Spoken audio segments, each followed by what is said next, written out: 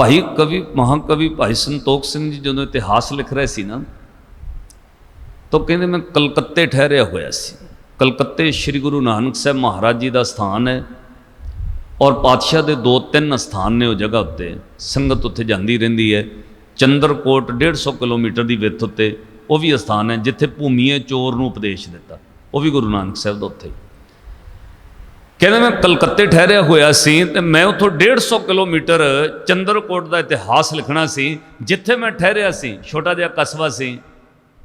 ਸਵੇਰੇ ਮੈਂ ਵਧੀਆ ਕੋਟ ਪੈਂਟ ਪਾ ਕੇ ਦਸਤਾਰ ਸਜਾ ਕੇ ਘਰੋਂ ਨਿਕਲਦਾ, ਇਕਾਂਤ ਜਗ੍ਹਾ ਸਮੁੰਦਰ ਦੇ ਕੰਢੇ ਬਹਿ ਕੇ ਇਤਿਹਾਸ ਦੀਆਂ ਬਣ ਗਈਆਂ ਪੰਕਤੀਆਂ ਲਿਖਦਾ।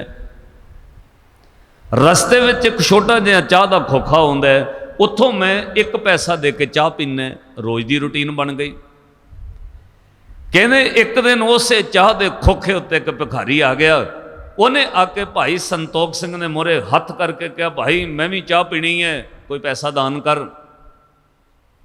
ਕਹਿੰਦੇ ਮੇਰੇ ਕੋਲ ਹੁਣ ਰਾਜੇ ਦੀਆਂ ਦਿੱਤੀਆਂ ਸਾਰੀਆਂ ਸਹੂਲਤਾਂ ਸੀ। ਜਦੋਂ ਉਹਨੇ ਦਾਨ ਹੀ ਮੰਗ ਲਿਆ, ਮੈਂ 4 ਪੈਸੇ ਕੱਢ ਕੇ ਉਹਦੇ ਹੱਥ ਉੱਤੇ 4 ਅੰਨੇ ਰੱਖ ਦਿੱਤੇ। ਰੁਪਈਏ ਦੇ 16 ਅੰਨਿਆਂ ਚੋਂ 4 ਅੰਨੇ। ਉਹਨੇ 1 ਅੰਨੇ ਦਾ ਚਾਹ ਦਾ ਕੱਪ ਪੀਤਾ, 2 ਮੱਠੀਆਂ ਖਾਧੀਆਂ। 3 ਅੰਨੇ ਭਿਖਾਰੀ ਨੇ ਉਹ ਭਗਾ ਕੇ ਮਾਰੇ। ਇਹ ਮੇਰੇ ਮਨ 'ਚ ਬੜਾ ਆਇਆ ਵੀ ਪੈਸਾ ਲਿਆ ਵੀ ਇਹਨੇ ਸੁੱਟ ਦਿੱਤਾ, ਇਹਨੂੰ ਕੱਲ ਦੁਪਹਿਰੇ ਸਵੇਰੇ ਅੱਜ ਵੀ ਭੁੱਖ ਲੱਗਣੀ ਸੀ, ਇਹਨੇ ਪੈਸੇ ਸਾਂਭ ਕੇ ਨਹੀਂ ਰੱਖੇ। ਇਹ ਤੋਂ ਪਹਿਲਾਂ ਮੈਂ ਭਿਖਾਰੀ ਨੂੰ ਪੁੱਛਾਂ। ਭਿਖਾਰੀ ਅਗਾਂਹ ਤੁਰ ਗਿਆ। ਅਗਲੇ ਦਿਨ ਮੈਂ ਫਿਰ ਆ ਕੇ ਉਸੇ ਬੈਂਚ ਉੱਤੇ ਬਹਿ ਗਿਆ, ਚਾਹ ਦਾ ਕੱਪ ਪੀ ਰਿਹਾ ਸੀ। ਇੰਨੇ ਨੂੰ ਫਿਰ ਉਹੀਓ ਭਿਖਾਰੀ ਆ ਗਿਆ। ਉਹਨੇ ਆ ਕੇ ਹੱਥ ਮੋਹਰੇ ਕਰਕੇ ਕਿਹਾ, ਮੈਂ ਵੀ ਚਾਹ ਪੀਣੀ ਹੈ, ਪੈਸੇ ਦੇ। ਮੈਂ ਜੇਬ ਵਿੱਚੋਂ ਕੋਟ ਪੈਂਟ 'ਚੋਂ 8 ਅੰਨੇ ਕੱਢ ਕੇ ਉਹਦੇ ਹੱਥ 'ਤੇ ਰੱਖੇ। 8 ਅੰਨੇ ਸਮਝਦੇ ਹੋ ਅੱਧਾ ਰੁਪਈਆ। ਅੱਜ ਕੱਲ੍ਹ ਬੱਚਿਆਂ ਨੂੰ ਦੱਸਣਾ ਪੈਣਾ ਵੀ 8 ਅੰਨੇ ਕੀ ਹੈ, ਅੱਧਾ ਰੁਪਈਆ। ਜਦੋਂ ਉਹਦੀ ਤਲੀ 'ਤੇ ਧਰਿਆ, ਮੇਰਾ ਧਿਆਨ ਉਹਦੇ ਵੱਲ ਸੀ। ਉਹਨੇ 1 ਅੰਨੇ ਦਾ ਖਾਧਾ ਪੀਤਾ, ਚਾਹ ਪੀਤੀ, ਮੱਠੀਆਂ ਖਾਧੀਆਂ। ਬਚਦੇ ਹੋਏ 7 ਅੰਨੇ ਉਹ ਭਗਾ ਕੇ ਮਾਰੇ, ਉਹ ਤੁਰ ਗਿਆ। ਕਹਿੰਦੇ ਮੇਰੇ ਮਨ ਵਿੱਚ ਬੜਾ ਰੋਸ ਆਇਆ। ਉਹ ਕਾਹਲੀ ਨਾਲ ਨਿਕਲ ਗਿਆ, ਪਰ ਮੇਰੇ ਮਨ ਵਿੱਚ ਸੀ ਇਹ ਬੰਦੇ ਨੂੰ ਮੈਂ ਪੁੱਛਣਾ ਜ਼ਰੂਰ ਹੈ। ਮੈਨੂੰ ਉਸ ਦਿਨ ਲਿਖਣਾ ਭੁੱਲ ਗਿਆ, ਮੈਨੂੰ ਉਸ ਦਿਨ ਨੀਂਦ ਆਉਣੀ ਭੁੱਲ ਗਈ, ਮੈਨੂੰ ਉਸ ਦਿਨ ਭੁੱਖ ਪਿਆਸ ਭੁੱਲ ਗਈ। ਭਿਖਾਰੀ ਬੰਦਾ ਪੈਸੇ ਕਿਉਂ ਸੁੱਟ ਰਿਹਾ? ਤੀਜੇ ਦਿਨ ਮੈਂ ਤਿਆਰ ਬੈਠਾ ਸੀ, ਚਾਹ ਦਾ ਕੱਪ ਪਰਾਂ ਧਰ ਦਿੱਤਾ, ਉਹਦੀ ਤਲੀ ਉੱਤੇ 16 ਅੰਨੇ ਪੂਰਾ ਰੁਪਈਆ ਰੱਖਿਆ। ਅੱਜ ਤਾਂ ਸਾਂਭ ਲਏਗਾ। ਉਹਨੇ 16 ਅੰਨਿਆਂ 'ਚੋਂ 1 ਅੰਨੇ ਦਾ ਚਾਹ ਕੱਪ ਪੀਤਾ, ਨਾਲ 2 ਮੱਠੀਆਂ ਖਾਧੀਆਂ। ਬਚਦੇ 15 ਅੰਨੇ ਸੁੱਟਣ ਲੱਗਾ। ਜਦੋਂ ਸੁੱਟੇ, ਕਹਿੰਦੇ ਮੈਂ ਪਹਿਲੇ ਤਿਆਰ ਸੀ। ਜਾ ਕੇ ਭਿਖਾਰੀ ਦੀ ਬਾਂਹ ਫੜ ਲਈ। ਓਏ ਗੱਲ ਸੁਣ, 3 ਦਿਨ ਹੋ ਗਏ ਤੈਨੂੰ ਪੈਸੇ ਸੁੱਟਦਿਆਂ। ਪਰਸੋਂ ਪੈਸੇ ਲਏ ਤਾਂ ਤੂੰ 4 ਤੋਂ 3 ਅੰਨੇ ਸੁੱਟ ਦਿੱਤੇ। ਕੱਲ ਪੈਸੇ ਲਏ 8 ਚੋਂ ਤੂੰ 7 ਅੰਨੇ ਸੁੱਟ ਦਿੱਤੇ। ਅੱਜ ਪੈਸੇ ਲਏ 16 ਚੋਂ 15 ਅੰਨੇ ਸੁੱਟ ਦਿੱਤੇ। ਤੈਨੂੰ ਸਵੇਰੇ ਦੁਪਹਿਰੇ ਰਾਤੀ ਭੁੱਖ ਲੱਗਣੀ ਸੀ, ਕੱਲ ਵੀ ਭੁੱਖ ਲੱਗਣੀ ਸੀ। ਪੈਸੇ ਸਾਂਭ ਕੇ ਰੱਖਦਾ ਤੇ ਤੂੰ ਪੈਸੇ ਸੁੱਟ ਕਿਉਂ ਦਿੰਦਾ? ਤੈਨੂੰ ਮੰਗਣਾ ਨਹੀਂ ਸੀ ਪੈਣਾ। ਪੈਸੇ ਰੋਜ਼ ਕਿਉਂ ਸੁੱਟ ਦਿੰਦਾ? ਪੈਸੇ ਸਾਂਭ ਕੇ ਰੱਖਣੇ ਸੀ। ਜਿਹੜੀ ਗੱਲ ਉਹ ਭਿਖਾਰੀ ਨੇ ਕਹੀ, ਕਵੀ ਸੰਤੋਖ ਸਿੰਘ ਲਿਖਦੇ, ਕਹਿੰਦੇ ਮੈਂ ਪੈਂਟ ਕੋਟ ਪਾਇਆ ਹੋਇਆ, ਮਹਿੰਗੇ ਬੂਟ ਪਾਏ ਨੇ, ਸਿਰ ਤੇ ਪੱਗ ਬੰਨੀ ਹੈ, ਪਰ ਜਿਹੜੀ ਗੱਲ ਮੈਨੂੰ ਭਿਖਾਰੀ ਨੇ ਕਹੀ, ਮੈਨੂੰ ਐਂ ਲੱਗਾ ਉਹ ਕਵੀ ਸੰਤੋਖ ਸਿਆ ਭਿਖਾਰੀ ਇਹ ਨਹੀਂ, ਭਿਖਾਰੀ ਤੂੰ ਹੈ। ਉਹ ਭਿਖਾਰੀ ਫਿਰ ਬੋਲਿਆ ਰੋਹ ਵਿੱਚ ਆ ਕੇ, ਕਹਿੰਦਾ ਸਰਦਾਰ ਜੀ ਮੈਂ ਪੈਸੇ ਰੋਜ਼ ਸੁੱਟ ਦਿੰਦਾ। ਪਤਾ ਕਿਉਂ? ਕਹਿੰਦਾ ਮੈਂ ਪੁੱਛਿਆ ਕਿਉਂ? ਉਹ ਕਹਿੰਦਾ ਸਰਦਾਰ ਜੀ ਤੁਹਾਡਾ ਰੱਬ ਮਰ ਗਿਆ ਹੋਣਾ, ਮੇਰਾ ਰੱਬ ਜਿਉਂਦਾ। ਜਿਹਨੇ ਕੱਲ ਦਿੱਤਾ, ਪਰਸੋਂ ਦਿੱਤਾ, ਅੱਗੇ ਵੀ ਦਿੰਦਾ, ਉਹ ਕੱਲ ਵੀ ਦੇਗਾ। ਤੈਨੂੰ ਤਾਂ 3 ਦਿਨ ਹੋਏ ਪੈਸੇ ਦਿੰਦੇ ਹੋ, ਮੈਨੂੰ ਜਨਮ ਤੋਂ ਪਾਲਦਾ, ਅੱਗੇ ਵੀ ਦੇਗਾ। ਮੇਰਾ ਰੱਬ ਜਿਉਂਦਾ, ਤੇਰਾ ਰੱਬ ਸਰਦਾਰ ਜੀ ਮਰ ਗਿਆ ਹੋਣਾ। ਤੈਨੂੰ ਰੱਬ ਤੇ ਵਿਸ਼ਵਾਸ ਨਹੀਂ? ਜਿਹਨੇ ਅੱਜ ਦਿੱਤਾ ਉਹ ਕੱਲ ਵੀ ਦੇਗਾ। ਕਹਿੰਦੇ ਮੇਰੇ ਮਨ 'ਚ ਆਇਆ, ਉਹ ਸੰਤੋਖ ਸਿਆ ਮਹਿੰਗੇ ਕੱਪੜੇ ਪਾ ਕੇ ਭਿਖਾਰੀ ਤੂੰ ਲੱਗਦਾ, ਕਿਉਂ? ਤੈਨੂੰ ਰੱਬ ਤੇ ਇੰਨਾ ਵਿਸ਼ਵਾਸ ਨਹੀਂ ਜਿੰਨਾ ਇਹਨੂੰ ਵਿਸ਼ਵਾਸ ਹੈ।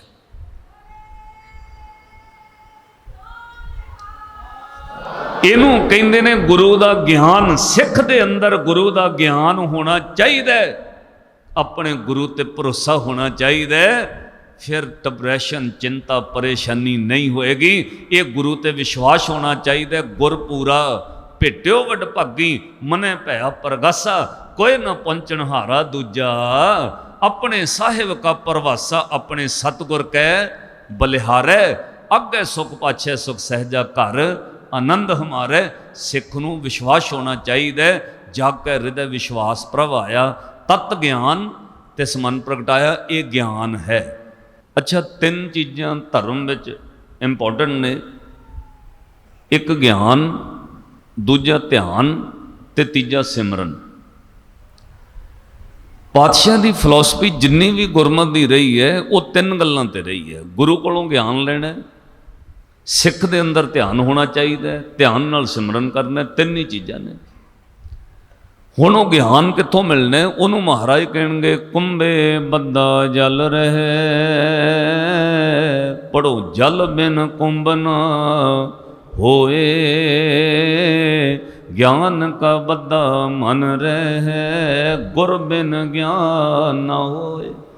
ਅੱਛਾ, ਜਦੋਂ ਗੁਰੂ ਦੀ ਵਿਆਖਿਆ ਕਰੋਗੇ ਤਾਂ ਗੁਰੂ ਦੇ ਅਰਥ ਟੀਚਰ ਨਹੀਂ ਕਰ ਸਕਦੇ, ਗੁਰੂ ਦੇ ਅਰਥ ਕੋਈ ਅਧਿਆਪਕ ਨਹੀਂ ਹੋ ਸਕਦਾ, ਗੁਰੂ ਦੇ ਅਰਥ ਕੋਈ ਮਾਸਟਰ, ਉਸਤਾਦ ਜਾਂ ਆਚਾਰੀਆ ਨਹੀਂ ਹੋ ਸਕਦਾ। ਕਿਉਂ? ਜੇ ਬਾਹਰੀ ਤੌਰ ਤੇ ਗੁਰੂ ਦੇ ਅਰਥ ਵੇਖੋਗੇ ਤਾਂ ਮਹਾਨ ਕੋਸ਼ ਵਿੱਚ ਵੀ ਗੁਰੂ ਦੇ ਅਰਥ ਜਿਹੜੇ ਨੇ ਉਹ ਇਹ ਲਿਖਿਆ ਹੋਇਆ ਵੀ ਜਿਹੜਾ ਹਨੇਰੇ ਵਿੱਚ ਪ੍ਰਕਾਸ਼ ਕਰਦਾ ਹੈ, ਪ੍ਰਕਾਸ਼ ਗਿਆਨ ਦਾ ਹੁੰਦਾ ਹੈ। ਗਿਆਨ ਤਾਂ ਕਿਸੇ ਟੀਚਰ ਕੋਲੋਂ ਵੀ ਮਿਲਦਾ ਹੈ, ਗਿਆਨ ਤਾਂ ਦੁਨਿਆਵੀ ਕੰਮ ਦਾ ਕੋਈ ਉਸਤਾਦ ਵੀ ਦਿੰਦਾ ਹੈ, ਗਿਆਨ ਤਾਂ ਕੋਈ ਟੀਚਰ, ਮਾਸਟਰ, ਉਸਤਾਦ, ਆਚਾਰੀਆ ਦੇ ਸਕਦਾ ਹੈ, ਪਰ ਗੁਰੂ ਵਿੱਚ ਤੇ ਟੀਚਰ ਵਿੱਚ ਜ਼ਮੀਨ ਅਸਮਾਨ ਦਾ ਫਰਕ ਹੈ। ਪਾਤਸ਼ਾਹ ਨੇ ਕਿਹਾ ਭਾਈ ਪਹਿਲਾਂ ਇਹ ਸੁਣ ਗੁਰੂ ਕੌਣ ਹੈ। ਮਹਾਰਾਜ ਕੀ ਗੁਰੂ ਕੱਲਾ ਗਿਆਨ ਦਿੰਦਾ ਹੈ? ਕਹਿੰਦੇ ਨਹੀਂ, ਇਸ ਤੋਂ ਵੀ ਉੱਪਰ ਸੋਚਣਾ ਹੈ। ਜੇ ਗੁਰੂ ਨੂੰ ਗਿਆਨ ਤੱਕ ਹੀ ਸੀਮਤ ਰੱਖਿਆ ਤਾਂ ਸਾਧ ਸੰਗਤ ਉਹ ਸਿੱਖ ਦੇ ਅੰਦਰ ਧਿਆਨ ਦੀ ਪ੍ਰਕਿਰਿਆ ਕਦੇ ਵੀ ਨਹੀਂ ਸ਼ੁਰੂ ਹੋਏਗੀ। ਜੇ ਗੁਰੂ ਨੂੰ ਗਿਆਨ ਤੱਕ ਸੀਮਤ ਰੱਖਿਆ, ਇਹ ਧਿਆਨ ਨਾਲ ਸੁਣਿਓ, ਸਿੱਖ ਦੇ ਅੰਦਰ ਧਿਆਨ ਦੀ ਪ੍ਰਕਿਰਿਆ ਸ਼ੁਰੂ ਨਹੀਂ ਹੋਏਗੀ, ਸਿੱਖ ਦੇ ਅੰਦਰ ਸਿਮਰਨ ਦੀ ਪ੍ਰਕਿਰਿਆ ਸ਼ੁਰੂ ਨਹੀਂ ਹੋਏਗੀ। ਕਿਉਂ? ਉਹਨੇ ਗਿਆਨ ਤੱਕ ਗੁਰੂ ਨੂੰ ਰੱਖ ਲਿਆ। ਜਦੋਂ ਗਿਆਨ ਤੱਕ ਰੱਖੋਗੇ, ਗਿਆਨ ਚਰਚਾ ਪੈਦਾ ਕਰਦਾ ਹੈ, ਗਿਆਨ ਨੌਲੇਜ ਵਧਾਉਂਦਾ ਹੈ। ਔਰ ਜਦੋਂ ਗੁਰੂ ਨੂੰ ਗਿਆਨ ਤੱਕ ਸੀਮਤ ਰੱਖੋਗੇ, ਜਦੋਂ ਗਿਆਨ ਚਰਚਾ ਪੈਦਾ ਕਰਦਾ ਹੈ, ਇਹ ਵੀ ਸੱਚ ਹੈ, ਗਿਆਨ ਈਗੋ ਵੀ ਪੈਦਾ ਕਰ ਸਕਦਾ। ਵੱਡੇ ਵੱਡੇ ਗਿਆਨੀਆਂ ਨੂੰ ਈਗੋ ਹੋ ਜਾਂਦੀ ਹੈ, ਮੈਨੂੰ 30 ਸਾਲ ਹੋ ਗਏ ਜੀ ਕਥਾ ਕਰਦੇ ਆ, ਮੈਨੂੰ 40 ਸਾਲ ਹੋ ਗਏ ਕਥਾ ਕਰ। ਇਹਦੇ ਨਾਲ ਕੋਈ ਮਤਲਬ ਨਹੀਂ ਗੁਰੂ ਦਾ। ਇਹ ਮਾਫ ਕਰਿਓ, ਜਿਹੜਾ ਕਾਨੂੰਨ ਤੁਹਾਡੇ ਤੇ ਲਾਗੂ ਹੋਣਾ ਉਹ ਸਾਡੇ ਸੁਣਾਉਣ ਵਾਲਿਆਂ ਤੇ ਵੀ ਲਾਗੂ ਹੋਣਾ। ਪਾਤਸ਼ਾਹ ਨੇ ਸੁਣਨ ਤੇ ਸੁਣਾਉਣ ਵਾਲਿਆਂ ਤੇ ਇੱਕੋ ਹੀ ਕਾਨੂੰਨ ਲਾਗੂ ਕਰਕੇ ਕਿਹਾ, ਸੇਵਕ ਸਿੱਖ ਪੂਜਣ ਸਭ ਆਵੇ।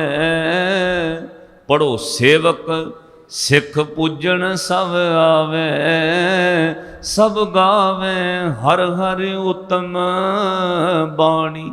ਗਾਵਿਆ, ਸੁਣਿਆ, ਤਿਨ ਕਾ ਹਰ ਥਾਏ ਪਾਵੇ, ਜਿਨ ਸਤਿਗੁਰ ਕੀ ਆਗਿਆ ਸਤ ਸਤ ਕਰ ਮੰਨੀ। ਇਹਦਾ ਮਤਲਬ ਹੁਣ ਕੱਲਾ ਗਿਆਨ ਨਾਲ ਕੋਈ ਮਤਲਬ ਨਹੀਂ। ਇਹ ਥੋੜੀ ਵੀ ਗਿਆਨ ਸਿੱਖ ਲਿਆ ਬਸ ਗੁਰੂ ਵਾਲੇ ਹੋ ਗਏ। ਪਾਤਸ਼ਾਹ ਨੇ ਕਿਹਾ ਗੁਰੂ ਨੂੰ ਸਿੱਖ ਨੇ ਗਿਆਨ ਤੱਕ ਸੀਮਤ ਨਹੀਂ ਰੱਖਣਾ। ਇੱਕ ਨੁਕਤਾ ਇੱਕ ਦਿਨ ਅੱਗੇ ਵੀ ਮੈਂ ਕਿਹਾ ਸੀ, ਜਿਸ ਗ੍ਰੰਥ ਦੀ ਕੱਲੀ ਪੂਜਾ ਹੋਣ ਲੱਗ ਜਾਏ ਉੱਥੇ ਵਿਕਾਸ ਰੁਕ ਜਾਂਦਾ ਹੈ। ਜਿਹਦੀ ਕੱਲੀ ਪੂਜਾ ਹੋਣ ਲੱਗ ਜਾਏ ਉੱਥੇ ਗਿਆਨ ਦਾ ਵਿਕਾਸ ਰੁਕ ਜਾਂਦਾ ਹੈ। ਇਸ ਲਈ ਸਿੱਖ ਨੂੰ ਦੋਏ ਰਸਤੇ ਪਾਤਸ਼ਾਹ ਨੇ ਪੈਰਲ ਚਲਾਏ ਨੇ। ਗੁਰੂ ਕੋਲੋਂ ਗਿਆਨ ਵੀ ਸਿੱਖਣਾ, ਪਰ ਗਿਆਨ ਤੱਕ ਸੀਮਤ ਨਹੀਂ ਰਹਿਣਾ। ਗਿਆਨ ਤੋਂ ਅੱਗੇ ਧਿਆਨ, ਧਿਆਨ ਤੋਂ ਅੱਗੇ ਸਿਮਰਨ ਦੀ ਪ੍ਰਕਿਰਿਆ। ਇਹ ਕਿਵੇਂ ਹੋਵੇ? ਇੱਕ ਪੌੜੀ ਅਸਾ ਦੀ ਵਾਰ ਵਿੱਚ ਸ੍ਰੀ ਗੁਰੂ ਨਾਨਕ ਸਾਹਿਬ ਮਹਾਰਾਜ, ਇਹ ਸ਼ੁਰੂ ਇੱਥੋਂ ਹੁੰਦੀ ਹੈ ਕਿ ਬਿਨ ਸਤਿਗੁਰ ਕਿਨੇ ਨਾ ਪਾਇਓ। ਪੜਿਓ, ਬਿਨ ਸਤਿਗੁਰ ਕਿਨੇ ਨਾ ਪਾਇਓ, ਬਿਨ ਸਤਿਗੁਰ ਕਿਨੇ ਨਾ ਪਾਇਆ। ਹੁਣ ਅਗਲੀ ਪੰਕਤੀ ਸੁਣਿਓ, ਉਹ ਗਿਆਨ ਤੋਂ ਅੱਗੇ ਵਾਲੀ ਗੱਲ ਹੈ। ਗਿਆਨ ਤੱਕ ਸੀਮਤ ਨਹੀਂ ਰਹਿਣਾ, ਕਿਉਂਕਿ ਗੁਰੂ ਕੱਲਾ ਗਿਆਨ ਨਹੀਂ ਦਿੰਦਾ। ਮਹਾਰਾਜ ਹੋਰ ਕੀ ਮਿਲਦਾ ਹੈ? ਬਿਨ ਸਤਿਗੁਰ ਕਿਨੇ ਨਾ ਪਾਇਓ, ਬਿਨ ਸਤਿਗੁਰ ਕਿਨੇ ਨਾ ਪਾਇਆ, ਸਤਿਗੁਰ ਵਿੱਚ ਆਪ ਰੱਖਿਓਨ ਕਰ ਪ੍ਰਗਟ ਆਖ ਸੁਣਾਇਆ। ਕਹਿੰਦੇ ਸਤਿਗੁਰੂ ਵਿੱਚ ਰੱਬ ਨੇ ਆਪਣਾ ਆਪ ਰੱਖਿਆ ਹੋਇਆ ਹੈ। ਇਸ ਲਈ ਕੱਲਾ ਗਿਆਨ ਤੱਕ ਸੀਮਤ ਨਾ ਰਹੀ। ਸਤਿਗੁਰੂ ਗੁਰ ਪਰਮੇਸ਼ਰ ਹੈ, ਸਤਿਗੁਰੂ ਵਿੱਚ ਰੱਬ ਆਪ ਵਸਿਆ ਹੋਇਆ ਹੈ। ਸਤਿਗੁਰੂ ਨੂੰ ਰੱਬ ਕਰਕੇ ਮੰਨਣਾ, ਸਤਿਗੁਰੂ ਵਿੱਚ ਆਪ ਰੱਬ ਨੇ ਆਪਣਾ ਆਪ ਰੱਖਿਆ। ਸਤਿਗੁਰ ਵਿੱਚ ਆਪ ਰੱਖਿਓਨ ਕਰ ਪ੍ਰਗਟ ਆਖ ਸੁਣਾਇਆ। ਇੱਕ ਪੰਕਤੀ ਤੁਸੀਂ ਹੋਰ ਪੜ੍ਹਦੇ ਹੋ, ਤੁਹਾਡੀ ਰਸਨਾ ਤੇ ਹੈ, ਧੰਨ ਧੰਨ ਰਾਮਦਾਸ ਗੁਰ ਜਿਨ ਸਿਰਿਆ ਤਿਨੇ ਸਵਾਰਿਆ। ਅੱਗੇ ਲਿਖਿਆ ਪੂਰੀ ਹੋਈ ਕਰਾਮਾਤ ਆਪ ਸਿਰਜਣਹਾਰੈ ਧਾਰਿਆ। ਸਤਿਗੁਰ ਵਿੱਚ ਆਪ ਰੱਖਿਓਨ, ਰੱਬ ਨੇ ਆਪਣਾ ਆਪ ਸਤਿਗੁਰੂ ਵਿੱਚ ਰੱਖਿਆ। ਇਸ ਲਈ ਕੱਲਾ ਗਿਆਨ ਕਰਕੇ ਨਹੀਂ ਗੁਰੂ ਗ੍ਰੰਥ ਸਾਹਿਬ ਮਹਾਰਾਜ ਨੂੰ ਪੂਜਣਾ, ਗੁਰੂ ਗ੍ਰੰਥ ਸਾਹਿਬ ਨੂੰ ਰੱਬ ਕਰਕੇ ਮੱਥਾ ਟੇਕਣਾ ਹੈ।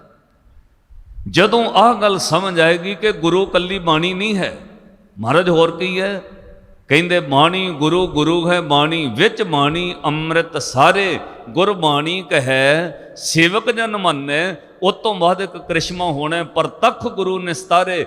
ਪ੍ਰਤੱਖ ਕੀ ਹੋਣਾ ਕਿ ਵਾਹ ਵਾਹ ਬਾਣੀ ਨਿਰੰਕਾਰ ਹੈ, ਸਤਿਗੁਰ ਵਿੱਚ ਆਪ ਰੱਖਿਓਨ ਕਰ ਪ੍ਰਗਟ ਆਖ ਸੁਣਾਇਆ। ਵਾਹ ਵਾਹ ਬਾਣੀ ਨਿਰੰਕਾਰ ਹੈ, ਤਿਸ ਜੇਵੜ ਅਵਰ ਨ ਕੋਇ। ਇੱਕ ਨੁਕਤਾ ਹੋਰ ਸੁਣਿਓ, ਪਾਤਸ਼ਾਹ ਨੇ ਨੈਗੇਟਿਵ ਪੱਖ ਤੋਂ ਵੀ ਗੁਰੂ ਦੀ ਗੱਲ ਕਹੀ, ਕੱਲੀ ਪੋਜ਼ਿਟਿਵ ਨਹੀਂ। ਇਸ ਗੱਲੋਂ ਵੀ ਸਿੱਖ ਨੂੰ ਸੁਚੇਤ ਕੀਤਾ, ਭਾਈ ਗੁਰੂ ਕਿਸੇ ਦਾ ਅੰਨਾ ਵੀ ਹੋ ਸਕਦਾ, ਉੱਥੋਂ ਵੀ ਸੁਚੇਤ ਰਹੀ। ਐਵੇਂ ਗੁਰੂ ਅਖਵਾਉਣ ਵਾਲਾ ਕੋਈ ਹੋਰ ਵੀ ਹੋ ਸਕਦਾ, ਪਰ ਤੂੰ ਇਸ ਗੱਲ ਦਾ ਧਿਆਨ ਰੱਖਣਾ, ਗੁਰੂ ਜਿਨ੍ਹਾਂ ਕਾ ਅੰਧਲਾ ਸਿੱਖ ਵੀ ਅੰਧੇ ਕਰਮ ਕਰੇਨ, ਉਹ ਭਾਣੇ ਚੱਲਣ ਆਪਣੇ ਨਿਤ ਝੂਠੋ ਝੂਠ ਬੁਲੇਨ। ਇਹ ਗੱਲ ਦਾ ਧਿਆਨ ਰੱਖੀ ਵੀ ਗੁਰੂ ਅੰਨਾ ਨਾ ਧਾਰਨ ਕਰ ਲਈ ਕੋਈ, ਕਿਉਂਕਿ ਅੰਧਾ ਆਗੂ ਜੇ ਥੀਐ ਸਭ ਸਾਥ ਮੁਹਾਵੇ, ਸਾਥੀਆਂ ਨੂੰ ਵੀ ਲੁਟਾ ਦਿੰਦਾ ਜੇ ਆਗੂ ਅੰਨਾ ਹੋਵੇ। ਇੱਕ ਪੰਕਤੀ ਹੋਰ ਕਹੀ ਮਹਾਰਾਜ ਨੇ, ਉਹਦੇ ਵਿੱਚ ਮਹਾਰਾਜ ਕਹਿੰਦੇ ਕਬੀਰ ਮਾਏ ਮੁੰਡੋ ਤੇ ਗੁਰੂ ਕੀ। ਹੁਣ ਨੈਗੇਟਿਵ ਪੱਖ ਲਿਆ, ਜਿਹੜਾ ਗੁਰੂ ਅੰਨਾ ਹੈ, ਕਹਿੰਦੇ ਉਹਨੂੰ ਜਨਮ ਦੇਣ ਵਾਲੀ ਮਾਂ ਮਰ ਜਾਣੀ ਚਾਹੀਦੀ ਸੀ, ਉਹਨੇ ਲੋਕਾਂ ਨੂੰ ਲੁੱਟ ਲਿਆ, ਲੋਕਾਂ ਨੂੰ ਕੁਰਾਹੇ ਪਾਤਾ। ਕਬੀਰ ਮਾਏ ਮੁੰਡੋ ਤੇ ਗੁਰੂ ਕੀ ਜਾਤੇ ਭਰਮ ਨ ਜਾਏ। ਜਿਹੜੇ ਗੁਰੂ ਕੋਲੋਂ ਲੋਕਾਂ ਦਾ ਭਰਮ ਨਹੀਂ ਦੂਰ ਹੋਇਆ, ਇਹਦੇ ਨਾਲੋਂ ਚੰਗਾ ਉਹਨੂੰ ਜਨਮ ਦੇਣ ਵਾਲੀ ਮਾਂ ਮਰ ਜਾਣੀ ਚਾਹੀਦੀ ਸੀ। ਕਿਉਂ? ਇਹ ਨਰਾਦਰੀ ਦਾ ਸ਼ਬਦ ਨਹੀਂ ਮੈਂ ਕਹਾਂਗਾ, ਮੁੰਡੋ ਦਾ ਅਰਥ ਹੈ ਵੀ ਉਹ ਗੁਰੂ ਦੀ ਮਾਂ ਦੇ ਸਿਰ ਦੇ ਵਾਲ ਮੁੰਦਣੇ ਚਾਹੀਦੇ। ਕਿਸੇ ਇਸਤਰੀ ਦੇ ਸਿਰ ਦੇ ਵਾਲ ਕੱਟ ਦੇਣੇ ਸਭ ਤੋਂ ਵੱਡੀ ਨਰਾਦਰੀ ਸੀ, ਇੱਕ ਵਕਤ ਸੀ। ਅੱਜ ਤਾਂ ਮਾਫ ਕਰਿਓ, ਹੁਣ ਮੈਂ ਕਹਿ ਨਹੀਂ ਸਕਦਾ, ਆਪੇ ਕਟਾਈ ਫਿਰਦੇ ਆਪੇ। ਅੱਗੇ ਵਕਤ ਸੀ, ਔਰਤ ਦੇ ਵਾਲਾਂ ਨੂੰ ਹੱਥ ਪਾਉਣਾ, ਬੰਦੇ ਦੀ ਦਸਤਾਰ ਨੂੰ ਹੱਥ ਪਾਉਣਾ ਬਰਾਬਰ ਬੇਇੱਜ਼ਤੀ ਸੀ। ਕਿਸੇ ਬੰਦੇ ਦੀ ਪੱਗ ਨੂੰ ਹੱਥ ਪਾ ਲੈਣਾ ਜਿੰਨੀ ਬੇਇੱਜ਼ਤੀ ਬੰਦੇ ਦੀ ਹੈ, ਕਿਸੇ ਔਰਤ ਦੇ ਵਾਲਾਂ ਨੂੰ ਹੱਥ ਪਾ ਲੈਣਾ ਇੰਨੇ ਬਰਾਬਰ ਬੇਇੱਜ਼ਤੀ ਸੀ। ਤਾਈਓ ਦ੍ਰੋਪਦੀ ਨੇ ਗੱਲ ਕਹੀ ਸੀ, ਭਗਵਾਨ ਕ੍ਰਿਸ਼ਨ ਲਾਜ ਤਾਂ ਤੂੰ ਰੱਖ ਲਈ ਹੈ, ਪਰ ਮੈਨੂੰ ਵਾਲਾਂ ਤੋਂ ਘੜੀਸ ਕੇ ਦੁਸ਼ਾਸਨ ਲੈ ਕੇ ਆਇਆ। ਇੱਕ ਔਰਤ ਦੇ ਕੇਸਾਂ ਨੂੰ ਹੱਥ ਪਾਉਣਾ ਸਭ ਤੋਂ ਵੱਡੀ ਨਰਾਦਰੀ ਹੈ, ਮੇਰੀ ਬੇਇੱਜ਼ਤੀ ਬਹੁਤ ਹੋਈ ਹੈ। ਮੈਂ ਹੁਣ ਉਨੀ ਦੇਰ ਆਪਣੇ ਵਾਲ ਬੰਨਣੇ ਨਹੀਂ ਜਿੰਨੀ ਦੇਰ ਇਹ ਬੇਇੱਜ਼ਤੀ ਕਰਨ ਵਾਲਿਆਂ ਤੋਂ ਬਦਲਾ ਨਹੀਂ ਲੈਂਦੇ। ਔਰ ਸਾਧ ਸੰਗਤ, ਜਿੰਨੀ ਦੇਰ ਮਹਾਂਭਾਰਤ ਦੀ ਜੰਗ ਹੋ ਕੇ 2.5-3 ਲੱਖ ਬੰਦਾ ਮਰ ਨਹੀਂ ਗਿਆ, ਦ੍ਰੋਪਦੀ ਨੇ ਵਾਲ ਨਹੀਂ ਬੰਨੇ ਆਪਣੇ, ਕਿਉਂਕਿ ਸਭ ਤੋਂ ਵੱਡੀ ਨਰਾਦਰੀ ਮੰਨੀ ਗਈ। ਖੈਰ, ਇੱਥੇ ਫਿਰ ਪਾਤਸ਼ਾਹ ਕਹਿੰਦੇ, ਭਾਈ ਜਿਹੜਾ ਗੁਰੂ ਅੰਨ ਹੈ, ਜਿਹਨੇ ਭਰਮਾਂ 'ਚ ਪਾਇਆ, ਲੋਕਾਂ ਨੂੰ ਲੁੱਟਿਆ, ਉਹਦੀ ਜਨਮ ਦੇਣ ਵਾਲੀ ਮਾਂ ਦੀ ਸਭ ਤੋਂ ਵੱਡੀ ਨਰਾਦਰੀ ਹੋਣੀ ਚਾਹੀਦੀ। ਕਬੀਰ ਮਾਏ ਮੁੰਡੋ ਤੇ ਗੁਰੂ ਕੀ ਜਾਤੇ ਭਰਮ ਨਾ ਜਾਏ। ਆਪ ਡੁੱਬੇ ਚੌਂਬੇਦ ਮੈਂ ਚੁੱਲ੍ਹੇ ਦੀਏ ਬਹਾਏ। ਉਹਨਾਂ ਲੋਕਾਂ ਨੂੰ ਆਪ ਡੁੱਬ ਗਏ, ਲੋਕਾਂ ਨੂੰ ਡੁੱਬ ਲਿਆ। ਇਹ ਗੁਰੂ ਦਾ ਨੈਗੇਟਿਵ ਪੱਖ। ਪੋਜ਼ਿਟਿਵ ਪੱਖ ਤੋਂ ਕਿਹਾ, ਜਦੋਂ ਗੁਰੂ ਤੈਨੂੰ ਮਿਲਦਾ, ਭਾਈ ਗੁਰੂ ਵਿੱਚ ਰੱਬ ਵਸਦਾ। ਸ਼ਰਤ ਇੱਕ ਹੈ, ਗੁਰੂ ਪੂਰਾ ਹੋਣਾ ਚਾਹੀਦਾ। ਸਤਿਗੁਰ ਵਿੱਚ ਆਪ ਰੱਖਿਓ ਕਰ ਪ੍ਰਗਟ ਆਖ ਸੁਣਾਇਆ। ਹੁਣ ਗੁਰੂ ਦਿੰਦਾ ਕੀ ਹੈ? ਸਭ ਤੋਂ ਪਹਿਲਾਂ ਗਿਆਨ, 2 ਨੰਬਰ ਤੇ ਧਿਆਨ। ਧਿਆਨ ਕਿਹੋ ਜਿਹਾ ਹੋਣਾ ਚਾਹੀਦਾ, ਗਿਆਨ ਕਿਹੋ ਜਿਹਾ ਹੋਣਾ ਚਾਹੀਦਾ, ਤੇ ਸਿਮਰਨ ਕਿਹੋ ਜਿਹਾ ਹੋਣਾ ਚਾਹੀਦਾ। ਤਿੰਨੇ ਚੀਜ਼ਾਂ ਦਾ ਬਾਣੀ ਵਿੱਚ ਵਿਆਖਿਆ। ਪੰਕਤੀਆਂ ਤੁਹਾਨੂੰ ਯਾਦ ਨੇ, ਮੈਂ ਨਾਲ ਨਾਲ ਕਹਿਣੀਆਂ ਤੁਹਾਡੇ ਪਕੜ ਵਿੱਚ ਆ ਜਾਣੀ।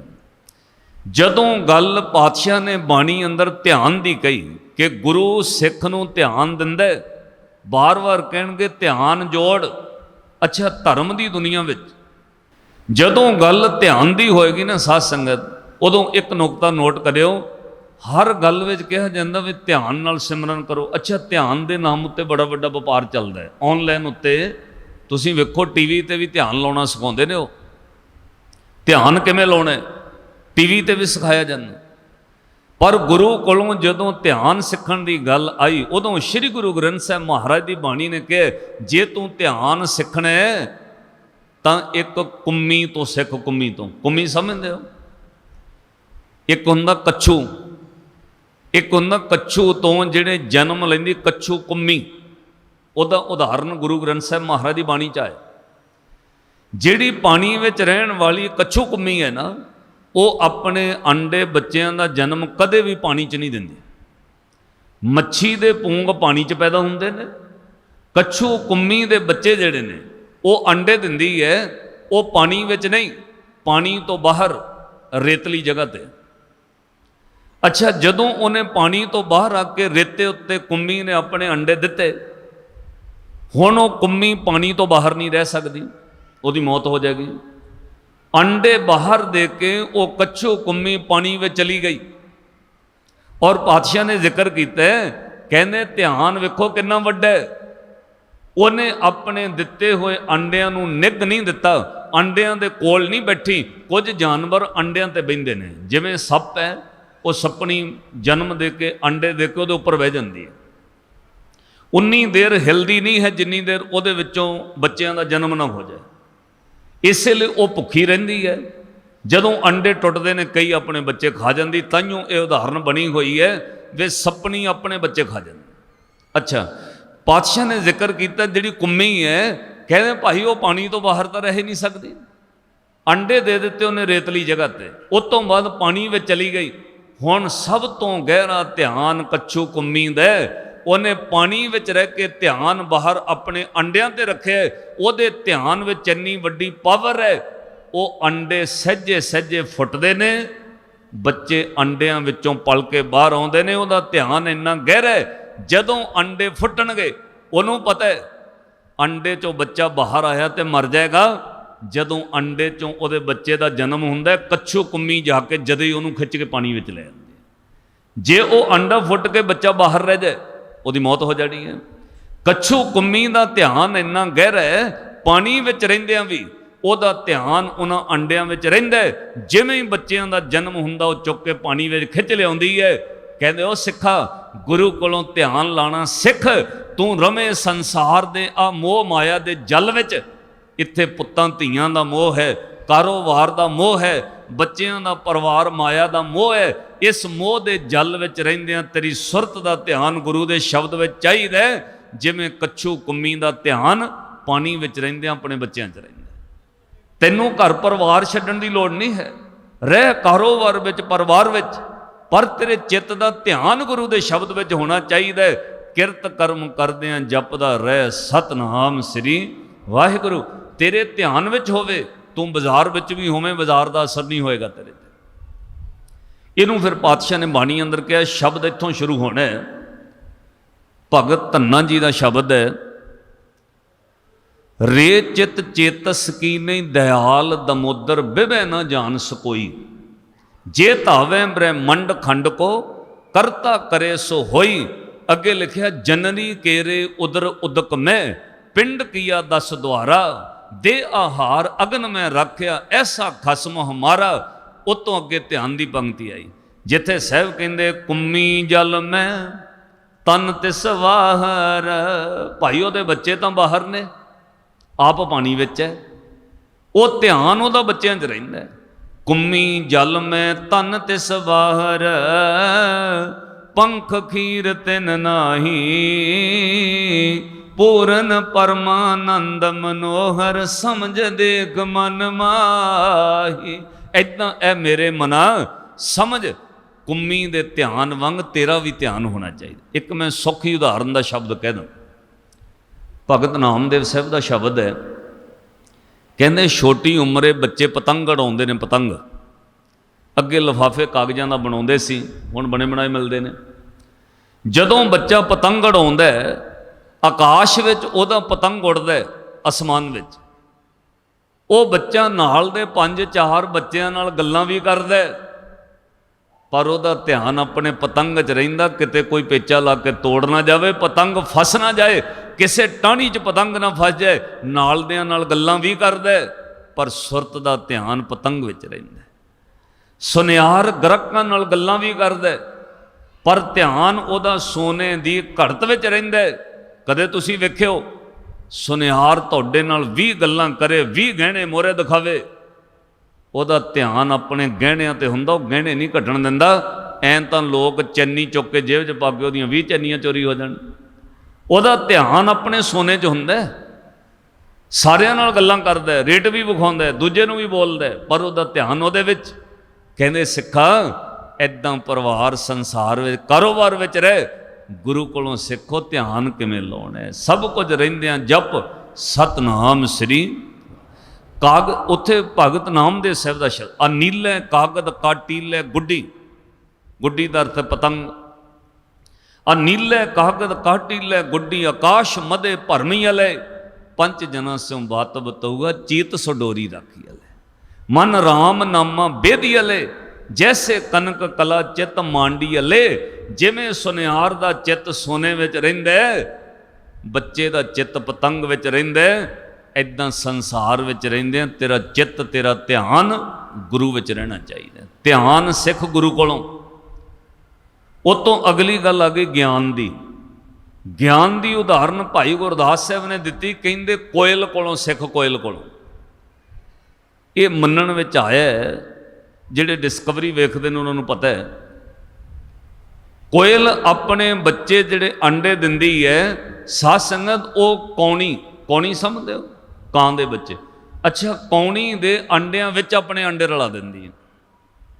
ਉਹ ਇੰਨੀ ਚੁਸਤ ਹੈ, ਉਹ ਕਾਂ ਦੇ ਕੌਣੀ ਦੇ ਅੰਡੇ ਗਿਣ ਕੇ ਚੁੱਕ ਲੈਂਦੀ ਹੈ, ਆਪਣੇ ਧਰ ਦਿੰਦੀ ਹੈ। ਉਹਦਾ ਗਿਆਨ ਵੇਖੋ, ਜਦੋਂ ਅੰਡਿਆਂ ਚੋਂ ਕੋਇਲ ਦਾ ਜਨਮ ਹੁੰਦਾ, ਕੋਇਲ ਦੂਰ ਦਰਖਤ ਤੇ ਬਹਿ ਕੇ ਕੂਕ ਦੀਆਂ 4 ਆਵਾਜ਼ਾਂ ਮਾਰੇਗੀ, ਉਹਦੇ ਬੱਚੇ ਗਿਆਨ ਵਿੱਚ ਇੰਨੇ ਨੇ, ਕਾਂ ਦੇ ਮਗਰ ਨਹੀਂ ਲੱਗਣਗੇ, ਕੋਇਲ ਦੇ ਮਗਰ ਲੱਗਣਗੇ।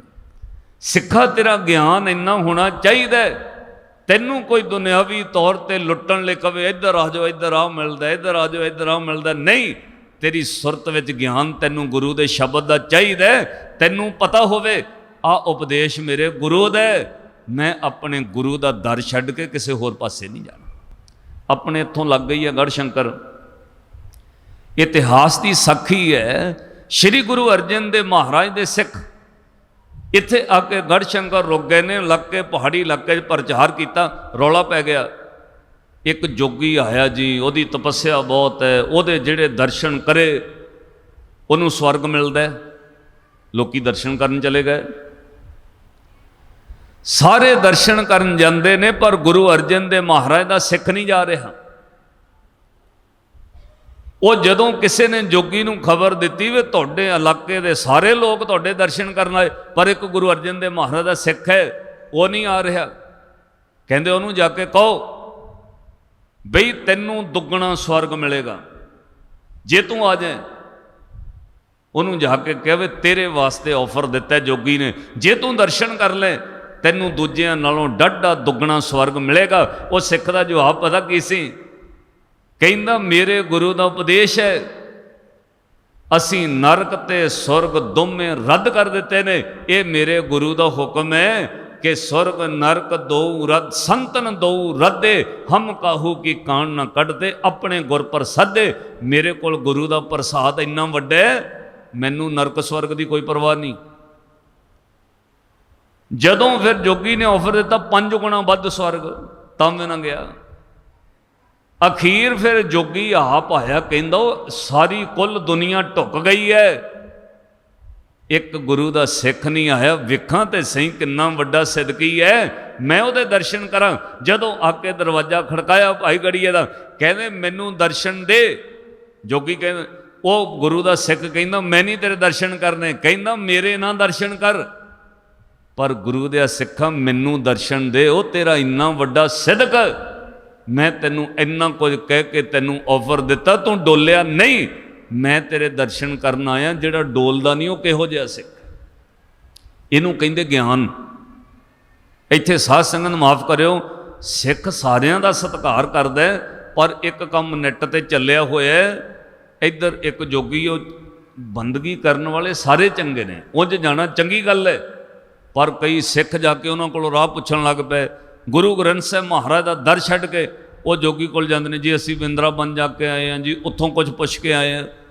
ਸੰਗਤ ਕਰਨੀ ਅਲੱਗ ਗੱਲ ਹੈ, ਪਰ ਗੁਰੂ ਦਾ ਦਰ ਛੱਡ ਕੇ ਕਿਸੇ ਹੋਰ ਥਾਂ ਤੇ ਗਿਆਨ ਲੈਣ ਜਾਣਾ, ਇਹਦਾ ਮਤਲਬ ਤੁਸੀਂ ਅਧੂਰੇ ਰਸਤੇ ਤੇ ਤੁਰ ਰਹੇ। ਤੂੰ ਤਾਂ ਕਿਸੇ ਕੋਲੋਂ ਪੁੱਛੇ ਜੇ ਤੇਰੇ ਗੁਰੂ ਕੋਲ ਨਾ ਹੋਵੇ ਸਭ। ਇੱਥੋਂ ਤੱਕ ਭਗਤ ਜੀ ਨੇ ਕਿਹਾ, ਊਹਾਂ ਤੋ ਜਾਈਏ, ਜੋ ਇਹਾਂ ਨਾ ਹੋਏ ਉੱਥੇ ਤਾਂ ਜਾਈਏ ਜੇ ਇੱਥੇ ਨਾ ਹੋਵੇ। ਇੰਨਾ ਤੈਨੂੰ ਗਿਆਨ ਹੋਣਾ ਚਾਹੀਦਾ, ਕਿਸੇ ਕੋਲ ਮੰਗਣ ਦੀ ਲੋੜ ਨਹੀਂ। ਉਹ ਸਿੱਖਾ ਤੇਰੇ ਗਿਆਨ 'ਚ ਇਹ ਗੱਲ ਬਸਣੀ ਚਾਹੀਦੀ ਹੈ ਕਿ ਮੇਰੇ ਗੁਰੂ ਨੇ ਰੋਜ਼ ਉੱਚੀ ਆਵਾਜ਼ ਵਿੱਚ ਸਿੱਖਾਂ ਨੂੰ ਸਮਝਾਇਆ।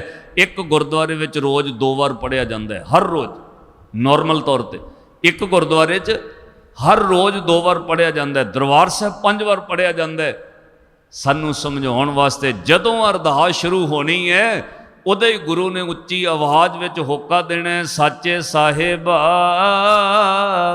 ਕਿਆ ਨਹੀਂ ਕਰ ਤੇਰੇ, ਘਰ ਤਾਂ ਤੇਰੇ ਸਭ ਕੁਛ ਹੈ। ਫਿਰ ਉੱਥੇ ਕਿਉਂ ਮੰਗਣ ਜਾਣਾ ਬਈ, ਜਦੋਂ ਇਹਦੇ ਘਰ ਵਿੱਚ ਸਭ ਕੁਝ ਹੈ।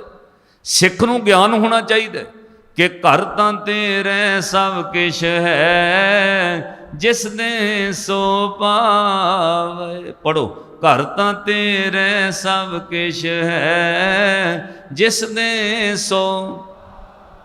ਇੱਕ ਵਾਰ ਆਪਣੇ ਮਨ ਨੂੰ ਪੜਾਇਓ, ਹੋਰ ਕਿਤੇ ਨਹੀਂ ਮੰਗਣਾ। ਸਾਚੇ ਸਾਹਿਬਾ ਕਿਆ ਨਹੀਂ ਕਰ ਤੇਰੇ, ਸਾਚੇ ਸਾਹਿਬਾ ਕਿਆ ਨਹੀਂ ਕਰ ਤੇਰੇ, ਸਾਚੇ ਸਾਹਿਬ ਕਿਆ ਨਹੀਂ ਕਰ, ਸਾਚੇ ਸਾਹਿਬ ਕਿਆ ਨਹੀਂ। ਘਰ ਤਾਂ ਤੇਰੇ ਸਭ ਕੁਛ ਹੈ, ਘਰ ਤਾਂ ਤੇਰੇ ਸਭ ਕੁਛ ਹੈ, ਘਰ ਤਾਂ ਤੇਰੇ, ਘਰ ਤਾਂ ਤੇ ਜਿਸ ਦੇ ਸੋ ਪਾਵੇ, ਜਿਸ ਦੇ ਸੋ ਪਾਵੇ, ਜਿਸ ਦੇ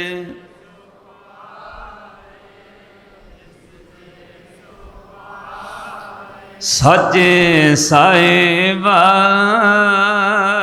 ਕਿਆ ਨਹੀਂ ਕਰ ਤੇਰੇ, ਸਾਚੇ ਸਾਹਿਬਾ ਕਿਆ ਨਹੀਂ ਕਰ ਤੇਰੇ, ਸਾਚੇ ਸਾਹਿਬ ਕਿਆ ਨਹੀਂ ਕਰ, ਸਾਚੇ ਸਾਹਿਬ ਕਿਆ ਨਹੀਂ। ਸਿੱਖ ਕੋਲੇ ਗਿਆਨ ਹੋਣਾ ਚਾਹੀਦਾ ਕਿ ਸਭ ਕੁਝ ਮੇਰੇ ਗੁਰੂ ਦੇ ਘਰ ਵਿੱਚ ਹੈ। ਇਸੇ ਲਈ ਗੁਰੂ ਨੇ ਅਨਕੰਡੀਸ਼ਨਲ ਲਿਖ ਕੇ ਦਿੱਤਾ, ਜੋ ਮੰਗੇ ਠਾਕੁਰ ਆਪਣੇ ਤੇ ਸੋਈ ਸੋਈ ਦੇਵੇ। ਸਿੱਖ ਕੌਮ ਦੇ ਮਹਾਨ ਵਿਦਵਾਨ ਹੋਏ ਨੇ। ਸਾਡੀ ਕੌਮ ਵਿੱਚ ਸਭ ਤੋਂ ਪੁਰਾਤਨ ਗ੍ਰੰਥ ਹੈ ਜਿਹਨੂੰ ਗੁਰਪ੍ਰਤਾਪ ਸੂਰਜ ਗ੍ਰੰਥ ਕਹਿੰਦੇ ਨੇ। ਕਾਵਿ ਰਚਨਾ 250 ਤੋਂ ਵੱਧ ਪੰਕਤੀਆਂ ਨੇ, 14 ਪੋਥੀਆਂ ਵਿੱਚ 10 ਪਾਤਸ਼ਾਹੀਆਂ, ਬਾਬਾ ਬੰਦਾ ਸਿੰਘ ਬਹਾਦਰ ਤੱਕ ਦਾ ਇਤਿਹਾਸ ਹੈ। ਮਹਾਕਵੀ ਚੂੜਾਮਣੀ ਭਾਈ ਸੰਤੋਖ ਸਿੰਘ ਜੀ, ਜਿਨ੍ਹਾਂ ਕੋਲੋਂ ਕੈਥਲ ਦੇ ਰਾਜੇ ਨੇ ਉਹ ਸਾਰਾ ਇਤਿਹਾਸ ਲਿਖਵਾਇਆ।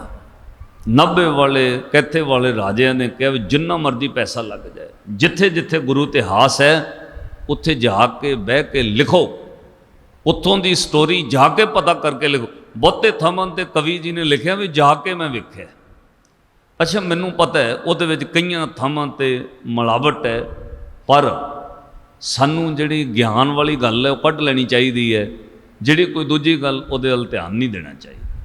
ਜਦੋਂ ਪੰਥ ਵਿੱਚ ਵਕਤ ਆਏਗਾ, ਕਵੀ ਜੀ ਨੇ ਲਿਖ ਕੇ ਦਿੱਤਾ ਹੋਇਆ ਵੀ ਮੈਂ ਅਣਜਾਣ ਹਾਂ, ਮੇਰੇ ਕੋਲੋਂ ਲਿਖੀਆਂ ਹੋਈਆਂ ਗੱਲਾਂ ਪੂਰੀਆਂ ਨਾ ਸਮਝੀਆਂ ਜਾਣ, ਇਹਨੂੰ ਪੰਥ ਕਦੇ ਵੀ ਬਦਲ ਸਕਦਾ। ਉਹ ਵੱਖਰੀ ਗੱਲ ਹੈ, ਅਜੇ ਸਹਿਮਤੀ ਨਹੀਂ ਬਣੀ, ਪਰ ਆਪਾਂ ਸਾਰਾ ਹੀ ਗ੍ਰੰਥ ਰੱਦ ਨਾ ਕਰੀਏ। ਵਿਦਵਾਨਾਂ ਦੀ ਦੁਨੀਆ ਵਿੱਚ ਇਹਨੂੰ ਪਤਾ ਕੀ ਕਹਿੰਦੇ ਨੇ? ਕੁਚਰਚਾ। ਜਿਹਦੇ ਵਿੱਚੋਂ ਕੁਝ ਨਾ ਨਿਕਲੇ ਉਹਨੂੰ ਕੁਚਰਚਾ ਕਹਿੰਦੇ ਨੇ, ਜਿਹਦੇ ਵਿੱਚੋਂ ਕੁਝ ਗਿਆਨ ਨਿਕਲੇ ਉਹਨੂੰ ਸੰਵਾਦ ਕਹਿੰਦੇ ਨੇ। ਸੰਵਾਦ ਕਰਨਾ ਗੁਰਮਤਿ ਦਾ ਵਿਸ਼ਾ ਹੈ। ਸ਼੍ਰੀ ਗੁਰੂ ਨਾਨਕ ਸਾਹਿਬ ਮਹਾਰਾਜ ਨੇ ਸੰਵਾਦ ਕੀਤਾ ਹੈ, ਜੋਗੀਆਂ ਨਾਲ ਕੀਤਾ ਹੈ, ਕਾਜ਼ੀਆਂ ਨਾਲ ਕੀਤਾ ਹੈ, ਬ੍ਰਾਹਮਣਾਂ ਨਾਲ ਕੀਤਾ ਹੈ, ਬਹਿ ਕੇ ਸੰਵਾਦ ਕੀਤਾ ਹੈ। ਇੱਕ ਬਾਣੀ ਮੈਂ ਹੁਣੇ ਹੀ ਇੱਥੇ ਮੋਬਾਈਲ ਤੇ ਬੈਠਿਆਂ ਪੜ੍ਹ ਰਿਹਾ ਸੀ, 9 ਅੰਗ ਦੀ ਲਗਾਤਾਰ ਬਾਣੀ ਸਿੱਧ ਗੋਸ਼ਟ ਤੋਂ ਇਲਾਵਾ। ਜੇ ਸਭ ਤੋਂ ਵੱਡੀ ਕੋਈ ਬਾਣੀ ਹੈ ਸਿੱਧ ਗੋਸ਼ਟ ਤੋਂ ਇਲਾਵਾ, ਉਹ ਸ਼੍ਰੀ ਗੁਰੂ ਨਾਨਕ ਸਾਹਿਬ ਮਹਾਰਾਜ ਦੀ ਇੱਕੋ ਹੀ ਮੰਦਰ ਵਿੱਚ ਬਹਿ ਕੇ 929 ਅੰਗ ਤੋਂ ਲੈ ਕੇ 938 ਅੰਗ ਤੱਕ ਲਗਾਤਾਰ 9 ਅੰਗ ਸ਼੍ਰੀ ਗੁਰੂ ਗ੍ਰੰਥ ਸਾਹਿਬ ਮਹਾਰਾਜ ਦੀ ਬਾਣੀ ਜਿਹੜੀ ਹੈ ਇੱਕੋ ਹੀ ਮੰਦਰ ਵਿੱਚ ਬਹਿ ਕੇ ਉਚਾਰੀ ਗੁਰੂ ਨਾਨਕ ਸਾਹਿਬ। ਔਰ ਇੱਕ ਬ੍ਰਾਹਮਣ ਨਾਲ ਪੰਡਤ ਨਾਲ ਸੰਵਾਦ ਕੀਤਾ। ਉਹ 9 ਅੰਗਾਂ ਦੀ ਬਾਣੀ ਜਿਹੜੀ ਹੈ ਨਾ, 9 ਅੰਗ ਗੁਰੂ ਗ੍ਰੰਥ ਸਾਹਿਬ ਦੇ, ਉਹਦੇ ਵਿੱਚ ਇੱਕੋ ਹੀ ਰਹਾਉ ਦੀ ਪੰਕਤੀ ਹੈ, ਸੁਣ ਪਾਂਡੇ ਕਿਆ ਲਿਖੋ ਜੰਜਾਲਾ, ਲਿਖ ਰਾਮ ਨਾਮ ਗੁਰਮੁਖ ਗੋਪਾਲਾ। ਇਹ ਓਂਕਾਰ ਈਸ਼ਵਰ ਦੇ ਮੰਦਰ ਵਿੱਚ ਬਹਿ ਕੇ ਗੁਰੂ ਨਾਨਕ ਸਾਹਿਬ ਨੇ ਬਾਣੀ ਉਚਾਰੀ। ਅੱਜ ਜਿਹੜੇ 12 ਜੋਤੀਲਿੰਗ ਮੰਦਰ ਨਾ ਹਿੰਦੂਆਂ ਦੇ, ਉਹਦੇ ਵਿੱਚੋਂ ਉਹ ਓਂਕਾਰ ਈਸ਼ਵਰ ਦਾ ਮੰਦਰ ਹੈ। ਪਾਤਸ਼ਾਹ ਨੇ ਸੰਵਾਦ ਕੀਤਾ ਬ੍ਰਾਹਮਣਾਂ ਨਾਲ, ਜੋਗੀਆਂ ਨਾਲ, ਕਾਜ਼ੀਆਂ ਨਾਲ, ਕੋਈ ਚਰਚਾ ਨਹੀਂ ਕੀਤੀ, ਕਿਉਂਕਿ ਹਜ਼ੂਰ ਨੇ ਕਿਹਾ ਛਾੜ ਕੋ ਚਰਚਾ ਆਨ ਨਾ ਜਾਣੈ, ਬ੍ਰਹਮਾ ਹੂ ਕੋ ਕਹਿਓ ਨਾ ਮੰਨੈ। ਜੇ ਕੋਈ ਬੰਦਾ ਕੋ ਚਰਚਾ ਕਰਨ ਲੱਗ ਜਾਏ ਫਿਰ ਕੁਝ ਵੀ ਨਹੀਂ ਪੱਲੇ ਨਿਕਲਦਾ। ਇਸ ਲਈ ਗੁਰਮਤਿ ਵਿੱਚ ਕੋਈ ਚਰਚਾ ਨਹੀਂ ਚਾਹੀਦੀ। ਜਦੋਂ ਕੋਈ ਚਰਚਾ ਦੀ ਤੁਲਨਾ ਵਿਦਵਾਨਾਂ ਨੇ ਦਿੱਤੀ, ਚੂਹੇ ਨਾਲ ਦਿੱਤੀ ਹੈ। ਕਹਿੰਦੇ ਭਾਈ ਚੂਹੇ ਦੇ ਮੋਹਰੇ ਜਿਹੜਾ ਮਰਜ਼ੀ ਗ੍ਰੰਥ ਰੱਖ ਦਿਓ, ਅਖਬਾਰਾਂ ਬੇਸਡ ਰੱਖ ਦਿਓ, ਉਹ ਵੀ ਕੱਟ ਦਿੰਦਾ ਹੈ। ਅੱਛਾ ਗ੍ਰੰਥ ਰੱਖ ਦਿਓ, ਉਹ ਵੀ ਕੱਟ ਦਿੰਦਾ। ਕਦੇ ਚੂਹੇ ਨੂੰ ਪਹਿਚਾਣ ਆਈ ਹੈ ਵੀ ਆਹ ਤਾਂ ਬੇਸਟੇਜ ਰੱਦੀ ਅਖਬਾਰਾਂ ਨੇ, ਆਹ ਤਾਂ ਕੋਈ ਕੀਮਤੀ ਕਿਤਾਬ ਹੈ। ਉਹ ਮਹਿੰਗੀ ਤੋਂ ਮਹਿੰਗੀ ਕਿਤਾਬ ਵੀ ਖਾ ਜਾਂਦਾ ਹੈ। ਇੱਥੋਂ ਤੱਕ ਮਾਫ ਕਰਿਓ, ਪਿੱਛੇ ਜੇ ਇੱਕ ਖਬਰ ਆਈ, ਇੱਕ ਬੰਦੇ ਦਾ ਸਾਧ ਸੰਗਤ 40-50 ਲੱਖ ਰੁਪਈਆ ਚੂਹਾ ਕਤਰ ਗਿਆ। ਉਹਨੇ ਕਿਤੇ 2-2 ਹਜ਼ਾਰ ਦੇ ਨੋਟ ਛਪਾ ਕੇ ਰੱਖੇ ਸੀ, ਉੱਥੇ ਚੂਹਾ ਵੜ ਗਿਆ। ਉਹ ਚੂਹੇ ਨੇ ਬੈਗ ਵੀ ਖਾ ਲਿਆ, ਵਿੱਚੋਂ ਨੋਟ ਵੀ ਕਤਰ ਗਿਆ। ਹੁਣ ਉਹਨੂੰ ਕੀ ਪਤਾ ਨੋਟ ਹੈ। ਚੂਹਿਆਂ ਕੋ ਚਰਚਾ ਹੈ, ਉਹਦੇ ਅੰਦਰ ਕੋਈ ਪਤਾ ਨਹੀਂ ਹੈ ਗਿਆਨ ਦੀ ਗੱਲ ਹੈ। ਜਦੋਂ ਗੱਲ ਸੰਵਾਦ ਦੀ ਆਈ, ਉਦੋਂ ਹੰਸ ਨਾਲ ਤੁਲਨਾ ਬਾਣੀ ਵਿੱਚ ਦਿੱਤੀ ਗਈ। ਸਿੱਖਾ ਤੂੰ ਹੰਸ ਬਣ। ਕਿਉਂ? ਜਦੋਂ ਦੁੱਧ ਵਿੱਚ ਹੰਸ ਚੁੰਝ ਪਾਉਂਦਾ, ਉਹਨੂੰ ਭੰਨ ਦਿੰਦਾ, ਦੁੱਧ ਵਿੱਚੋਂ ਖਾ ਲੈਂਦਾ, ਪਾਣੀ ਛੱਡ ਦਿੰਦਾ। ਸਿੱਖ ਦੀ ਬਿਰਤੀ ਇਦਾਂ ਦੀ ਹੋਣੀ ਚਾਹੀਦੀ। ਮਹਾਕਵੀ ਭਾਈ ਸੰਤੋਖ ਸਿੰਘ ਜੀ ਚੂੜਾਮਣੀ, ਉਹਨਾਂ ਨੇ ਗ੍ਰੰਥ ਲਿਖਿਆ, ਔਰ ਜਦੋਂ ਪਤਾ ਲੱਗਾ ਨਾ ਵੀ ਉਹਨੂੰ ਚੂੜਾਮਣੀ ਦਾ ਖਿਤਾਬ ਮਿਲ ਗਿਆ, ਰਾਜੇ ਨੇ ਗ੍ਰੰਥ ਲਵਾ। ਇੱਕ ਬ੍ਰਾਹਮਣ ਆ ਗਿਆ ਭੇਵੇ ਤੋਂ ਚੱਲ ਕੇ। ਪਹੇਵਾ ਜਿਹੜਾ ਉਹ ਬ੍ਰਾਹਮਣਾਂ ਦਾ ਵਿਦਿਅਕ ਕੇਂਦਰ ਰਿਹਾ, ਪੰਛੀ ਔਰ ਭੇਵਾ। ਇਸ ਲਈ ਭੇਵੇ ਵਿੱਚ, ਜਿਹਨੂੰ ਪਹੋਵਾ ਕਹਿੰਦੇ ਨੇ ਹਰਿਆਣੇ ਵਿੱਚ, ਉੱਥੇ ਉਦਾਸੀਆਂ ਦਾ ਸਭ ਤੋਂ ਵੱਡਾ ਡੇਰਾ ਹੈ। 500 ਏਕੜ ਤੋਂ ਵੱਧ ਉੱਥੇ ਜ਼ਮੀਨ ਹੈ। ਸਾਧ ਸੰਗਤ ਉਹ ਜਗ੍ਹਾ ਉੱਤੇ ਵਿਦਿਅਕ ਕੇਂਦਰ ਰਿਹਾ। ਉੱਥੋਂ ਇੱਕ ਬ੍ਰਾਹਮਣ ਚੱਲ ਕੇ ਆ ਗਿਆ, 25-30 ਉਹਦੇ ਮਗਰ ਬ੍ਰਾਹਮਣ। ਉਹਨੇ ਕਿੱਥ ਲਾ ਕੇ ਕਿਹਾ ਰਾਜੇ ਨੂੰ, ਜਿਹਨੂੰ ਤੂੰ ਗਿਆਨੀ ਬਣਾਇਆ, ਜਿਹਨੂੰ ਤੁਸੀਂ ਮਹਾਕਵੀ ਚੂੜਾਮਣੀ ਕਹਿੰਦੇ, ਮੇਰੇ ਨਾਲ ਚਰਚਾ ਕਰੇ। ਰੌਲਾ ਪੈ ਗਿਆ ਵੀ ਚਰਚਾ ਹੋਣੀ ਹੈ, ਸੰਵਾਦ ਹੋਣਾ। ਮਹਾਕਵੀ ਭਾਈ ਸੰਤੋਖ ਸਿੰਘ ਜੀ ਚੂੜਾਮਣੀ ਇੱਕ ਦਿਨ ਪਹਿਲਾਂ ਜਾ ਕੇ ਉਹ ਬ੍ਰਾਹਮਣ ਨੂੰ ਮਿਲੇ। ਕਹਿੰਦੇ ਤੂੰ ਮੇਰੇ ਨਾਲ ਚਰਚਾ ਕਰਕੇ ਕੀ ਲੈਣਾ? ਉਹ ਕਹਿੰਦਾ ਤੈਨੂੰ ਚੂੜਾਮਣੀ ਦਾ ਖਿਤਾਬ ਮਿਲਿਆ, ਮੈਂ ਵੀ ਵੇਖਾਂ ਜਿਹਨੂੰ ਰਾਜੇ ਸੋਨੇ ਦਾ ਹਾਰ ਪਾਉਂਦੇ ਨੇ ਉਹ ਕਿੰਨਾ ਕੁ ਗਿਆਨ ਰੱਖਦਾ। ਮਹਾਕਵੀ ਭਾਈ ਸੰਤੋਖ ਸਿੰਘ ਬੋਲੇ, ਕਹਿੰਦੇ ਸੋਨੇ ਦਾ ਹਾਰ ਮੈਂ ਤੈਨੂੰ ਦੇ ਦਿੰਦਾ, ਛੱਡ ਪਰੇ, ਤੂੰ ਚਰਚਾ ਕੀ ਕਰਨੀ ਹੈ? ਉਹ ਬੜਾ ਹੈਰਾਨ ਹੋਇਆ। ਮਹਾਕਵੀ ਭਾਈ ਸੰਤੋਖ ਸਿੰਘ ਜਿਹੜਾ ਸੋਨੇ ਦਾ ਹਾਰ ਰਾਜੇ ਨੇ ਇਨਾਮ ਵਿੱਚ ਪਾਇਆ ਸੀ ਨਾ, ਬ੍ਰਾਹਮਣ ਨੂੰ ਦੇਤਾ। ਕਹਿੰਦਾ ਸੋਨੇ ਦੀ ਗੱਲ ਹੈ, ਆ ਲੈ ਸੋਨੇ ਦਾ ਹਾਰ ਤੂੰ ਲੈ ਲਾ, ਤੂੰ ਮੇਰੇ ਨਾਲ ਚਰਚਾ ਕੀ ਕਰਨੀ ਹੈ? ਉਹ ਬ੍ਰਾਹਮਣ ਨੇ ਕਿਹਾ ਤਾਂ ਮਤਲਬ ਡਰ ਗਿਆ, ਇਹਨੂੰ ਪਤਾ ਇਹਨੇ ਹਾਰ ਜਾਣਾ, ਡਰ ਗਿਆ। ਹੁਣ ਕਈ ਵਾਰ ਸਿੱਖ ਦੀ ਨਿਮਰਤਾ ਨੂੰ ਸਾਹਮਣੇ ਵਾਲਾ ਸਮਝਦਾ ਵੀ ਹਾਰ ਗਿਆ। ਇਹ ਸਾਡੇ ਵਿੱਚ ਬਹੁਤ ਚੱਲਦਾ। ਜੇ ਕੋ ਮੋਹਰੋਂ ਹੱਥ ਜੋੜ ਕੇ ਕਹਿ ਦੇਣਾ ਜੀ ਬਸ ਠੀਕ ਹੈ, ਜੋ ਤੁਸੀਂ ਕਹਿੰਦੇ ਠੀਕ ਹੈ, ਗਲਤੀ, ਉਹ ਸਾਹਮਣੇ ਵਾਲਾ ਹੋਰ ਚੌੜਾ ਬਾਹਰ ਰੌਲਾ ਪਾਏਗਾ। ਦੇਖਿਆ ਬੋਲਣ ਨਹੀਂ ਦਿੱਤੇ, ਬੋਲਣ ਹੀ ਨਹੀਂ ਦਿੱਤਾ। ਨਿਮਰਤਾ ਨੂੰ ਕਈ ਵਾਰ ਅਗਲਾ ਐ ਸਮਝਦਾ ਵੀ ਹਾਰ ਗਏ। ਭਾਈ ਸੰਤੋਖ ਸਿੰਘ ਜੀ ਨੇ ਨਿਮਰਤਾ 'ਚ ਕਿਹਾ ਸੋਨੇ ਦਾ ਹਾਰ ਤੂੰ ਲੈ ਲਾ, ਛੱਡ ਪਰੇ। ਗਿਆਨੀ ਬੰਦੇ ਚਰਚਾ ਕਰਦੇ ਚੰਗਾ ਨਹੀਂ ਲੱਗਦੇ। ਸੰਵਾਦ ਕਰਨਾ ਠੀਕ ਹੈ, ਪਰ ਲੋਕਾਂ 'ਚ ਚਰਚਾ ਦਾ ਵਿਸ਼ਾ ਨਹੀਂ ਬਣੀਦਾ। ਸੋਨੇ ਦਾ ਹਾਰ ਤੈਨੂੰ ਦੇ। ਉਹਨੇ ਸੋਨੇ ਦਾ ਹਾਰ ਲੈ ਲਿਆ, ਪਰ ਰਾਜੇ ਕੋਲ ਸ਼ਿਕਾਇਤ ਕਰਤੀ। ਕਹਿੰਦਾ ਜਿਹਨੂੰ ਤੁਸੀਂ ਚੂੜਾਮਣੀ ਕਹਿੰਦੇ ਹੋ ਰਾਤੀ ਡਰ ਗਿਆ ਮੇਰੇ ਕੋਲੋਂ, ਸੋਨੇ ਦਾ ਹਾਰ ਮੈਨੂੰ ਦੇ ਗਿਆ। ਕਹਿੰਦਾ ਮੇਰੇ ਨਾਲ ਚਰਚਾ ਨਾ ਕਰੋ। ਜਦੋਂ ਭਾਈ ਸੰਤੋਖ ਸਿੰਘ ਜੀ ਨੂੰ ਪੁੱਛੇ, ਉਦੋਂ ਭਾਈ ਸੰਤੋਖ ਸਿੰਘ ਚੂੜਾਮਣੀ ਬੋਲੇ, ਕਹਿੰਦੇ ਅੱਛਾ ਜੇ ਇਹ ਗੱਲ ਹੈ ਫਿਰ ਚਰਚਾ ਹੋਣੀ ਚਾਹੀਦੀ ਹੈ। ਸੰਵਾਦ ਹੋਇਆ, ਮਿੰਟ 20 ਜਾਂ 25 ਨਹੀਂ ਲੱਗੇ, ਕਿਉਂਕਿ ਚਰਚਾ ਸੰਵਾਦ ਕਰਨ ਦਾ ਕੋਈ ਜਦੋਂ ਮਿੱਥਿਆ ਜਾਂਦਾ ਹੈ ਨਾ, ਉਹ ਪ੍ਰਿੰਸੀਪਲ ਸੈੱਟ ਕੀਤੇ ਜਾਂਦੇ ਨੇ, ਇੱਥੋਂ ਅੱਗੇ ਨਹੀਂ ਕੋਈ ਵਧੇਗਾ। ਇਸ ਦਾਇਰੇ ਦੇ ਵਿੱਚ ਗਿਆਨ ਦੀ ਚਰਚਾ ਹੋਣੀ ਆ, ਉਹਦੇ ਪ੍ਰਿੰਸੀਪਲ ਸੈੱਟ ਹੁੰਦੇ ਨੇ। ਇਹ ਨਹੀਂ ਵੀ ਇਹਨੂੰ ਛੱਡ ਕੇ ਉਹ ਗੱਲ ਫੜ ਲਈ, ਉਹਨੂੰ ਛੱਡ ਕੇ ਉਹ ਫੜ ਲਈ। ਕਈ ਵਾਰ ਚਰਚਾ ਕਰਨ ਵਾਲੇ ਪ੍ਰੈਜ਼ੈਂਟ ਛੱਡ ਦਿੰਦੇ ਨੇ, ਪਾਸਟ ਚੁੱਕ ਕੇ ਮੋਹਰੇ ਲੈਣ। ਆ ਤੁਸੀਂ ਵੇਖਦੇ ਹੋ ਨਾ ਟੈਲੀਵਿਜ਼ਨ ਤੇ ਕਈ ਵਾਰ ਲੀਡਰ ਲੋਕ ਚਰਚਾ ਕਰਨ ਬਹਿੰਦੇ ਨੇ, ਮੌਕੇ ਦੀ ਗੱਲ ਛੱਡ ਕੇ ਪਿੱਛੋਂ ਚੱਕ ਕੇ ਉਹਦੀ ਬਦਨਾਮੀ ਕਰਨ। ਲੋਕਾਂ ਨੂੰ ਅੱਜ ਦੀ ਲੋੜ ਹੈ ਵੀ ਅੱਜ ਕੀ ਦੇਣਾ ਹੈ, 10 ਸਾਲ ਪਹਿਲਾਂ ਕੀ ਹੋਇਆ ਉਹਨੂੰ ਚੱਕ ਕੇ ਮੋਹਰੇ ਲੈ ਆਣਗੇ। ਉਹਦੀ ਚਰਚਾ ਨਾਲ ਲੋਕਾਂ ਨੂੰ ਕੀ ਲਾਭ ਹੈ, ਉਹ ਜੋ ਕੁਝ ਹੋਇਆ ਲੋਕਾਂ ਨੂੰ ਪਤਾ ਹੈ, ਤੁਸੀਂ ਅੱਜ ਕੀ ਦੇ ਰਹੇ ਹੋ, ਉਹ ਪ੍ਰੈਜ਼ੈਂਟ ਨੂੰ ਛੱਡ ਕੇ ਪਿੱਛੇ ਲੜ ਪੈਣਗੇ। ਇਸ ਲਈ ਸੰਵਾਦ ਜਿਹੜਾ ਹੁੰਦਾ ਉਹਦੇ ਪ੍ਰਿੰਸੀਪਲ ਸੈੱਟ ਹੁੰਦੇ ਨੇ। ਉਹ ਜਦੋਂ ਗੱਲ ਹੋਈ 15-20 ਮਿੰਟਾਂ ਵਿੱਚ ਮਹਾਕਵੀ ਭਾਈ ਸੰਤੋਖ ਸਿੰਘ ਜੀ ਨੇ ਬ੍ਰਹਮ ਨੂੰ ਹਰਾਤਾ। ਜਦੋਂ ਪਹਿਵੇ ਦਾ ਪੰਡਤ ਹਾਰ ਗਿਆ ਨਾ, ਉਹਨੇ ਕਿਹਾ ਇੰਨਾ ਗਿਆਨ ਤੁਹਾਡੇ ਕੋਲ। ਮਹਾਕਵੀ ਭਾਈ ਸੰਤੋਖ ਸਿੰਘ ਜੀ ਦੇ ਕਦੇ ਕਵਿੱਤ ਸਵਈਏ ਪੜ੍ਹ ਕੇ ਦੇਖੋ ਗ੍ਰੰਥ ਵਿੱਚ।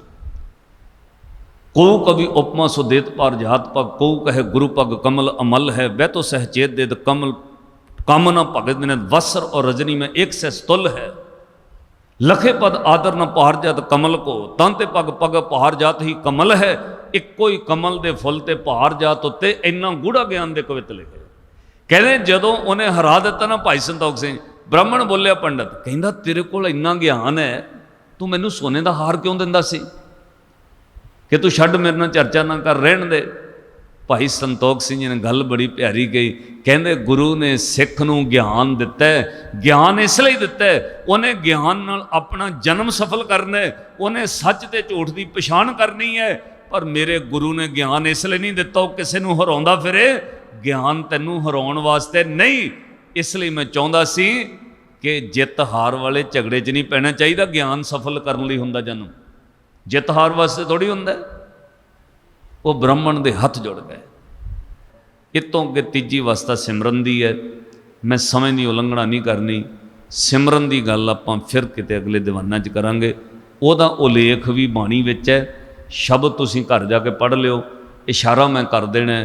ਰਹਿਰਾਸ ਦੀ ਬਾਣੀ ਵਿੱਚ ਪਾਤਸ਼ਾਹ ਨੇ ਕਿਹਾ, ਜੇ ਤੂੰ ਸਿਮਰਨ ਸਿੱਖਣਾ ਉਹ ਸੱਜਣਾ ਕੁੰਜਾਂ ਕੋਲੋਂ ਸਿੱਖ ਹੋਏ। ਉਹ ਆਪਣੇ ਬੱਚੇ ਛੱਡ ਕੇ ਸੈਂਕੜੇ ਮੀਲ ਦੂਰ ਆ ਜਾਂਦੀਆਂ ਨੇ। ਉਡੇ ਊਡ ਆਵੇ ਸੈ ਕੋਸਾਂ, ਤਿਸ ਪਾਛੈ ਬਚਰੇ ਸ਼ਰਿਆ, ਤਿਨ ਕਵਣ ਖਲਾਵੇ ਕਵਣ ਜੁਗਾਵੇ, ਮਨ ਮੈਂ ਸਿਮਰਨ ਕਰਿਆ। ਤੈਨੂੰ ਯਾਦ ਹੋਣਾ ਚਾਹੀਦਾ ਸਭ ਨਿਧਾਨ, 10 ਅਸ਼ਟ ਸਿਧਾਨ ਠਾਕੁਰ ਕਰ ਤਲ ਧਰਿਆ, ਜਨ ਨਾਨਕ ਵੱਲ ਵੱਲ ਸਦ ਵੱਲ ਜਾਈਏ, ਤੇਰਾ ਅੰਤ ਨਾ ਪਾਰਾ ਵਰਿਆ। ਰੱਬ ਨੇ ਤਾਂ ਕਰ ਤਲ ਧਰਿਆ ਦਾ ਅਰਥ ਪਤਾ ਕੀ ਹੈ? ਤਲੀ ਉੱਤੇ ਧਰ ਕੇ ਰੱਖਿਆ ਹੋਇਆ। ਜੇਬ 'ਚ ਵੀ ਹੱਥ ਪਾਉਣ ਨੂੰ ਟਾਈਮ ਲੱਗਦਾ ਜੇ ਕੋਈ ਕੱਢਣਾ ਹੋਵੇ, ਤਲੀ ਤੇ ਧਰ ਕੇ ਰੱਖਿਆ ਹੋਇਆ। ਤੂੰ ਵਿਸ਼ਵਾਸ ਨਾਲ ਸਿਮਰਨ ਕਰਕੇ ਮੰਗ ਤਾਂ ਸਹੀ, ਉਹਨੇ ਤਾਂ ਤੇਰੇ ਲਈ ਤਲੀ ਤੇ ਧਰ ਕੇ ਰੱਖੀਆਂ ਚੀਜ਼ਾਂ। ਇਹ ਆਪਾਂ ਗਿਆਨ ਸਿੱਖਣਾ, ਇਹ ਆਪਾਂ ਧਿਆਨ ਸਿੱਖਣਾ। ਇਹਨਾਂ ਸਮਾਗਮਾਂ ਦਾ ਇਹੀ ਮਕਸਦ ਹੈ, ਹੋਰ ਕੋਈ ਮਕਸਦ ਨਹੀਂ ਹੈ।